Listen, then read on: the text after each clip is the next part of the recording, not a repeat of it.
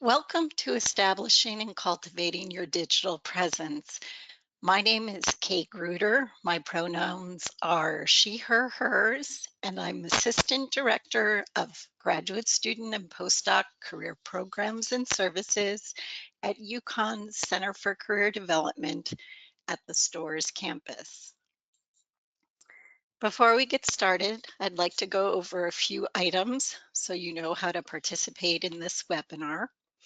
You should see your attendee interface on your computer desktop, and it's most likely in the upper left corner. You will have the opportunity to submit questions by typing your questions into the chat pane of the control panel, and you may send in your questions at any time during the presentation. Since this is a previously recorded webinar, these questions will actually be emailed to me, and I'll answer them within 3 to 5 business days. And also note that a recording of today's webinar will be emailed to you within 24 hours. There's also a short evaluation that will appear at the end of the webinar for you to complete. In this webinar, we will cover introductory content. The content is tailored to individuals in the sciences, but some of the content is universally of value to anyone considering establishing and growing their digital presence. In this session, we will discuss some of the reasons for more actively cultivating your digital presence. We will review various types of content that you might consider.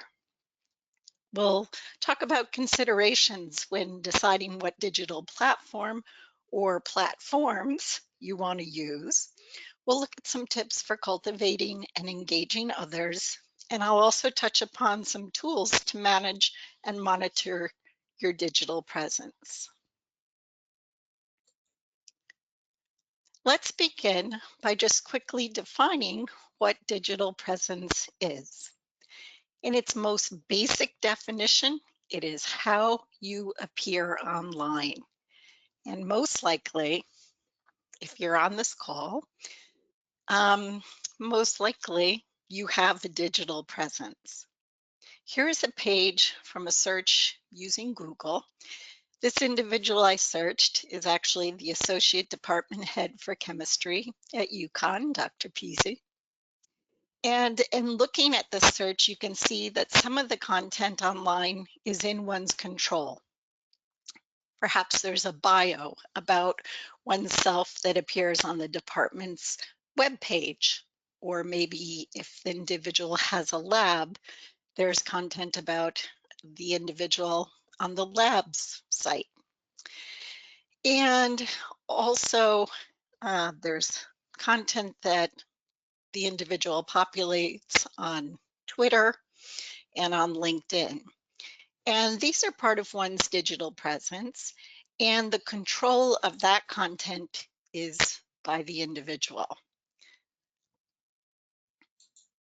There is also online content that one does not control. It's out of your control. And so over on our Google search page, Rate My Professors is a pretty good example of content that the individual does not control. Online digital presence also includes images and videos in which the person appears. And sometimes you have control over that, like the photo you use on your LinkedIn profile. But at other times, the image might be one in which you're tagged, and perhaps it could be a less than flattering picture. Maybe it was taken at an informal gathering or at a conference just when you're about to take a bite of a stick of celery or a carrot during a reception. If a photo fits certain criteria, you can appeal to the search engines for what is called a takedown request. And like many things in life, what I would say is focus on the things you can control and spend little to no time on the things you can't control. Um, really your first action item is to do an internet search. You want to use a couple of different search engines. Search by your name or variations of your name that you've had, and just see what comes up. You'll want to search by images, by videos, by news, um, and you might be surprised to see the kinds of things that come up, but hopefully you aren't too surprised.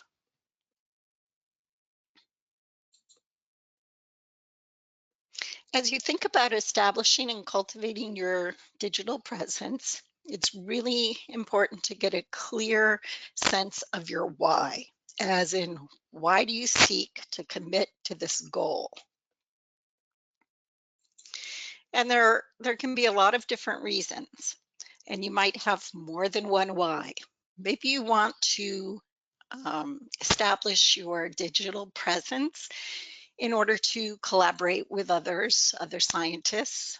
Maybe you want to feature your expertise and become seen as someone who knows about a specific area of research or specific research techniques. Maybe you want to showcase a communication skill that you can converse about science, that you can explain research and science to different audiences. Maybe you want to be visible to recruiters. Maybe you want to engage with employers of interest. Like on LinkedIn, you can follow the employers, same on Twitter, um, and then engage in sharing information. Maybe you want to gain some knowledge or share knowledge. Perhaps you want to add value to discussions that are happening on a digital platform. Maybe you want to promote something that you did, promote an aspect of your research, or promote that you were able to solve a certain question or problem. Maybe you want to align with a movement, maybe something like, some aspect of, I don't know, in the environment is perhaps of particular interest to you, and you want to align with that movement in terms of the way industry is engaging with the environment. Maybe you want to teach something or educate people about something. Maybe you want to bring events live. Sometimes we see this when individuals go to a conference or an annual meeting. They'll actually do some sort of live streaming of what they're experiencing at that event. Maybe you want to be visible for current or future research funding. Just going to go back to that slide actually. And, these are just some of the more common reasons that people seek to build their digital presence. And like I said earlier, it is common to have more than one reason. And also your reasons might change over time. Maybe initially you seek to collaborate and showcase your communication skills, but as you're further along in your degree program and closer to graduation, then maybe you want to be more visible to recruiters or engage more with employers.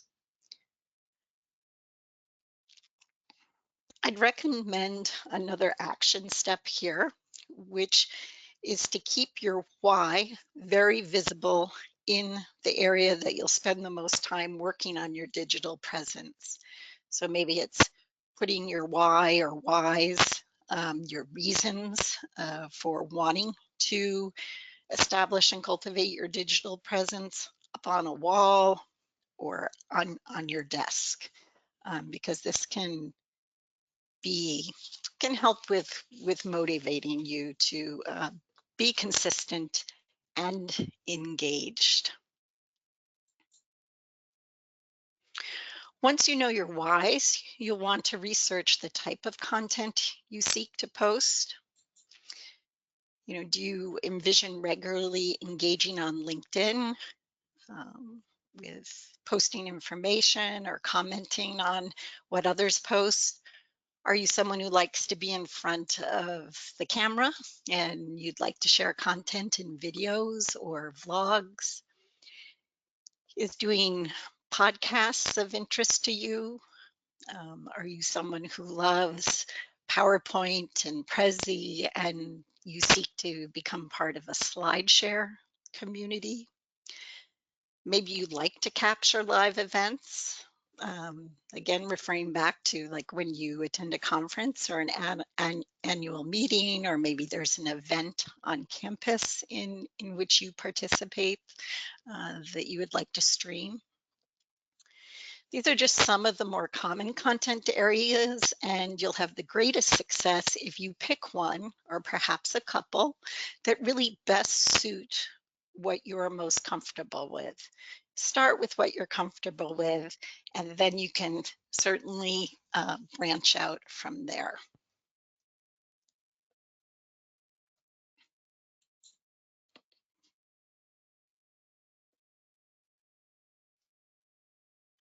All right, so you will also want to consider who you seek to reach and where those individuals hang out in the digital world. So we know, for example, that lots of scientific researchers live on Twitter, and those individuals are not found as active on LinkedIn. So if you want to connect with people like you or people that share your interests, then also find out where those communities exist. What platforms are they using? Where are they spending their time in this digital world? We usually think of Facebook for more personal content, and I'm actually going to just pull up a number of the different platforms. We usually think of Facebook for more personal content, but there are some fields of study that heavily use Facebook groups as their primary digital platform. So it is really good to know where people are spending their time in this way. Additionally, some platforms are more research and scholar focused with a more formal structure, while others are less structured. And I don't have time to go into each of these today, but you will want to research various platforms to see what will work best for you in terms of who you seek to reach, what type of content you seek to post, and the format that the platform uses. So keep those things in mind. Who you seek to reach, what type of content you seek to post, and the format that the platform uses. And search some people in your field and see where they're spending their time. What digital platforms are they contributing to? Um, you can do this by seeing how often they deliver and engage in content. Someone might have a LinkedIn account, but you might be able to see that they never post on it. Or someone might have Twitter, and you see like, wow, they're tweeting, every day or multiple times a day. So think of yourself as a bit of an investigator in all of this.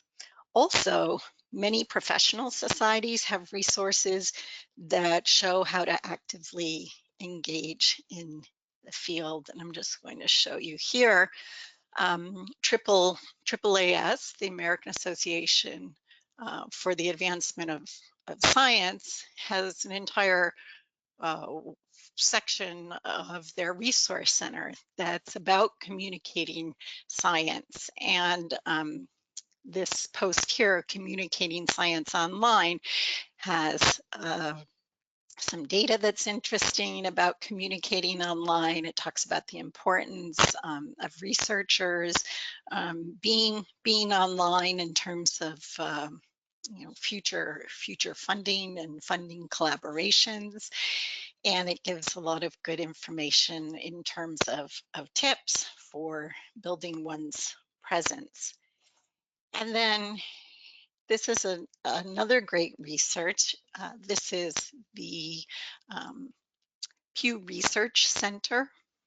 They have an area dedicated to internet and technology.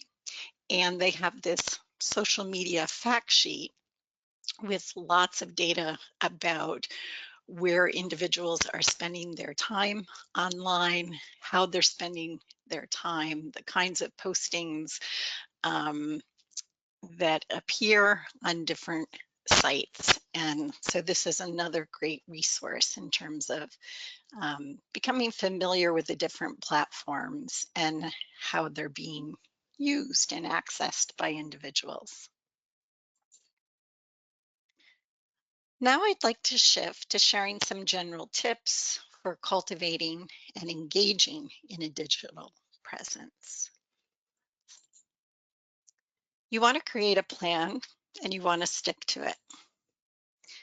You want to find a role and a theme that is truly you. This goes back to the idea of, how do I like to spend my time? Do I like to curate articles, post those and respond to them? Do I like to follow people and respond to what they're posting? Am I someone who likes podcasts and would like to engage others in podcasts? Really think about what's going to work for you. You want to selectively follow others, and you want to engage with comments and resist the easy thumbs up. When someone gives a thumbs up to a post, the person who posted the content really doesn't know what that means. It means, I guess, that somebody liked it, somebody took time to take a quick peek at it. But when you engage, you actually elevate your activity within the platforms that you're using. And when you engage, other people um, get to see how you respond. So it's really good if you're inclined to give a thumbs up, step back, and then think about, well, what would I actually want to say to this person? And then instead of giving the thumbs up, or in addition to giving the thumbs up, take time to actually comment. Right? Really important. Take time to comment and engage. Let others know when you've posted or written something, and then invite them to share in a discussion. When you post, you can also tag other individuals to draw their attention to your post, and you can ask them what they think, or ask them for their input, and this starts to generate some activity around the content that you post. Really important to share your research and to make sure it can be found. And you'll want to have a conversation with your advisor about some of the open access repositories, um, and just discuss with your advisor um, about whether you're going to submit publications to these repositories. It's good to get some feedback and some opinions about whether you want to do that and whether it's a good, smart move for you.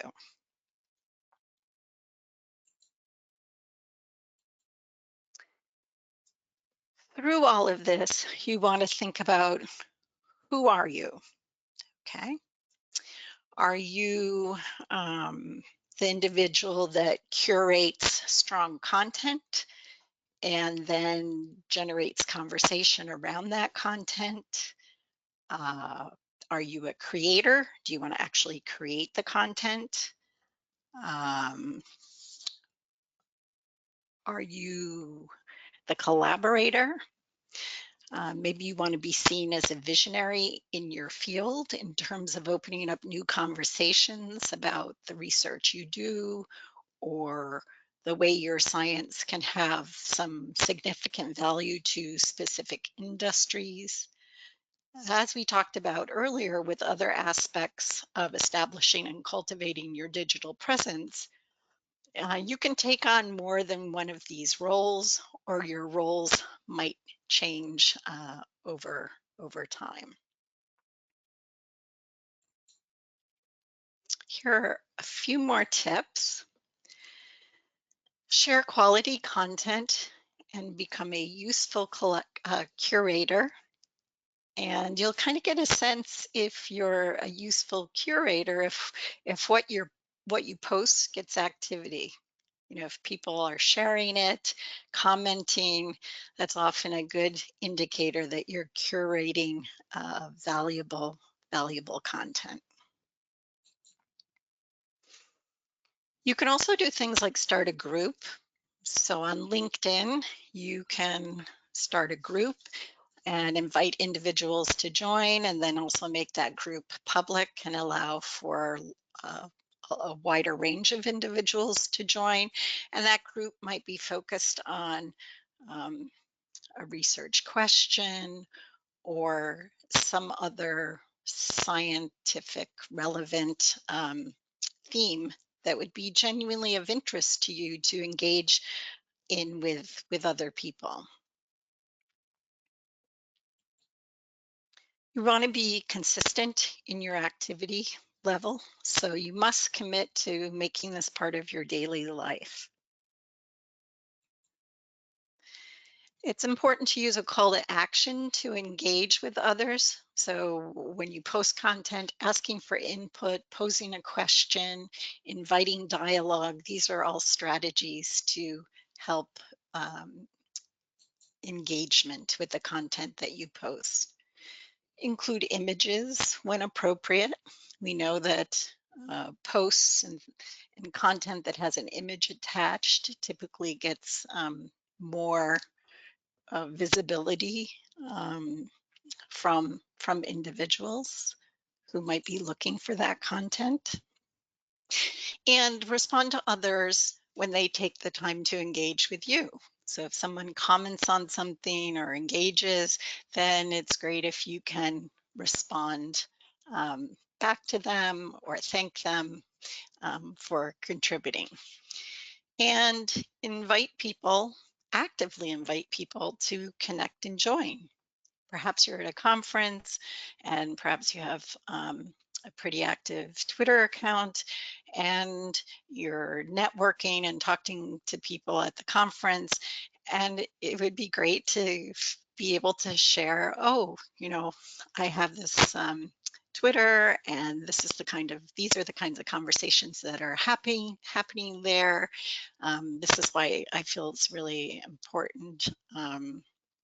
Content, I'd really like you to check it out. So inviting people is really important.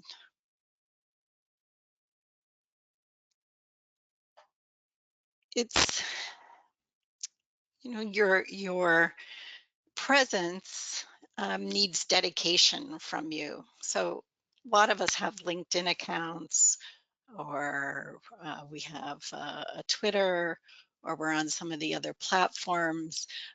But like having it and being there is really different than cultivating and engaging. So these are all tips for cultivating and engaging. And you can choose really the depth and the breadth of your commitment, but you need to really commit daily to some sort of engagement. And then I would say start small, see what you can actually sustain, and then add more if you know you have the time and energy to do so. But you can only have a presence through active engagement. So start somewhere, start small, and start with clarity around a, a plan. Now let's look at tools to manage your content. Some of these are free, some have paid levels of subscription. Uh, these are tools, Hootsuite, Buffer, TweetDeck. These are tools that allow you to coordinate your content delivery across multiple platforms, and they also allow you to stage the timing of when you'd like to post, how many times you wish to post, what you wish to post, and you can stage the content over days, weeks, and months. So Any of these three are pretty good tools, Hootsuite, Buffer, TweetDeck, for helping out with managing your content. Trello is a project management tool, and it has a very visual format, and it allows you to organize tasks and projects. It's similar to some other project management tools that maybe you've used, like there's Planner within Microsoft Office, and I know that some departments around campus use a project management tool called Basecamp. Um, I know individuals who on Sundays they set up their posts, their tweets, and their LinkedIn posts for the week. Um, Using one of these tools. And then if something occurs during the week that's outside of what they intended to post, they just add that in. But they know every Sunday that their posts and their content is all ready to launch um, throughout the week. So that's what I mean by managing your content. In addition to using tools to manage your content, you will also want to monitor your digital presence. And periodically, I would say do a search on you and use those various search engines. So you can do a Bing, a Google, different search engines and see what's coming up.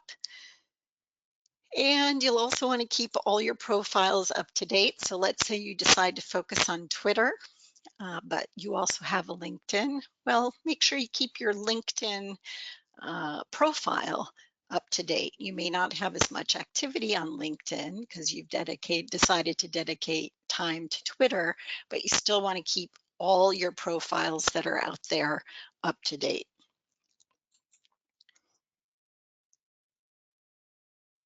And then another thing you can do, and I'm going to just bring that up here.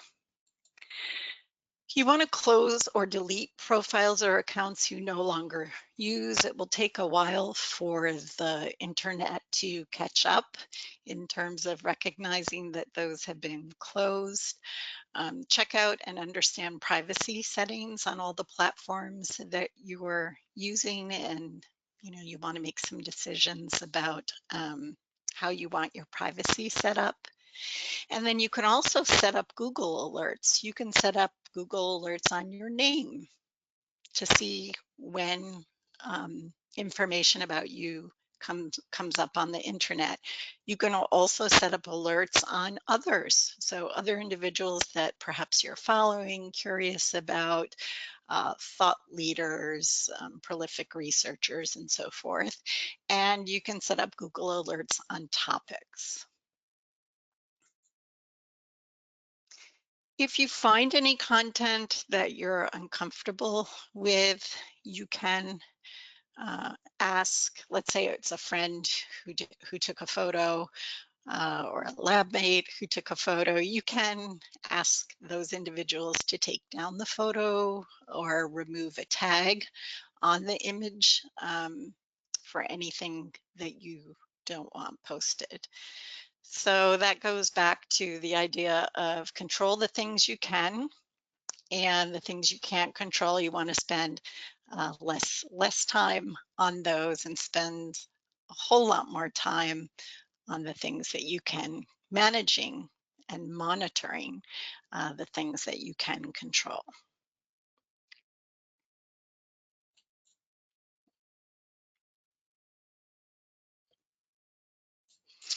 All right, we've covered quite a bit of content, so I want to review some questions that you will want to ask yourself, that you'll want to think about to help you map out your next steps, right? So, think about, what are your goals? Why do you want to establish and cultivate your digital presence?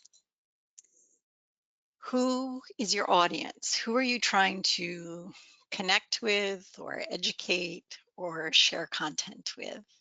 And then on what platforms does your audience engage? What content do you need or want to produce to cover, to gather, and where are you going to get that content from? Is it original content or are you pulling it from other resources?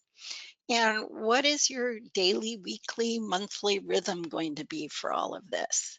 Can you carve out a half hour a day to work on your digital presence or contribute to establishing and cultivating your digital presence? What resources and tools do you need? How will you sustain your plan is really important because a lot of people have accounts on a range of digital platforms, but are they actually engaged? A lot of people are not engaged. So what does your plan look like and how will you sustain your plan? And then how will you measure success? Is success about the number of followers you have, or is it about the um, amount of activity you have around different posts and content that you're putting out there? Maybe you want to measure your success by how often your content is shared or whether individuals reach back towards you to collaborate or to follow you. Maybe you'll notice an uptick in recruiters seeking you out. So really think about, how will you measure success? And you might want to measure success by a couple of these factors. And again, how you measure success might and very likely will change over time.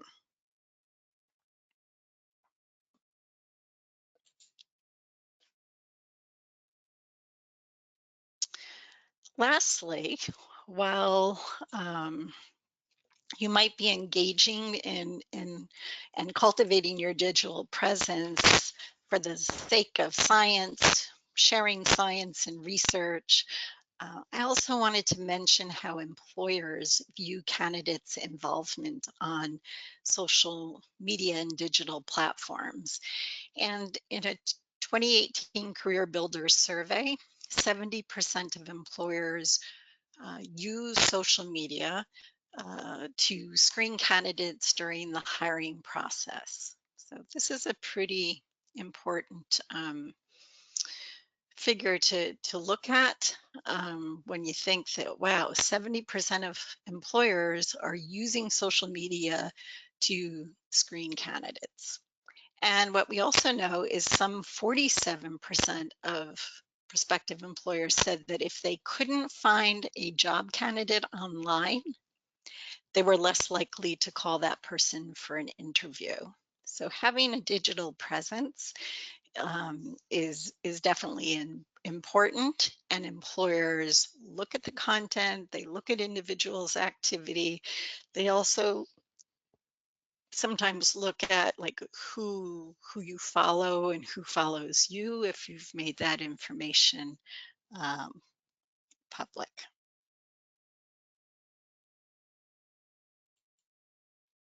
All right, this concludes this webinar with introductory content about establishing and cultivating your digital presence. Please consider booking an appointment with the Center for Career Development to further develop your plan, and know that we're available to help as you explore and pursue options. We're here to help you think about your digital presence and strategies for um, establishing and cultivating that presence. And as a final note, you'll be emailed a recording of this webinar in the next 24 hours. And it would be great if you could complete the brief evaluation that will pop up at the end of the webinar. And as always, all the best as you continue on your career journey.